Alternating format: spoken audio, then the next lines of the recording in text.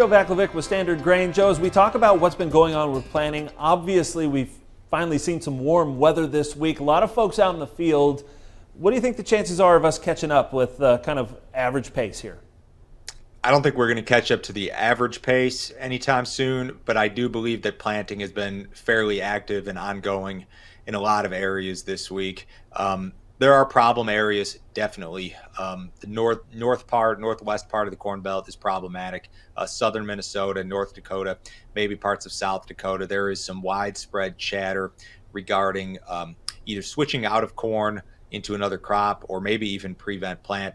You're only a couple weeks away from your final corn planting date in North Dakota when it comes to crop insurance, and a little bit more than that in Minnesota. So there's that sort of chatter floating around, and I don't know if that's realized or not. I have my doubts about whether or not USDA's March intentions were accurate to begin with, but that sort of chatter in itself is friendly because, you know, as most people see it, and we haven't seen USDA's report yet, but as most people see it, this new crop corn balance sheet cannot tolerate lower acres or any sort of big yield problem. It's really tight. So it's an interesting situation, definitely.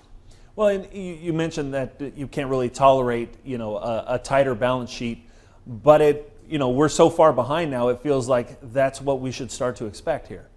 Yeah, and I think the market is reflecting that to some extent. You know, we had a sell-off in the corn market to start off this week, and I think some of that had to do with pressure in the outside markets. I think some of it had to do with a better-looking planting window. But yeah, there's going to be questions about the crop. I mean, from now through harvest, people are going to question how big is the crop? Was it a trend yield? Were the acres there? The issue with acres is that we don't get our next update from USDA until the end of June in that planted acreage report. So we're kind of left in the dark in regard to that situation for another 6 weeks now.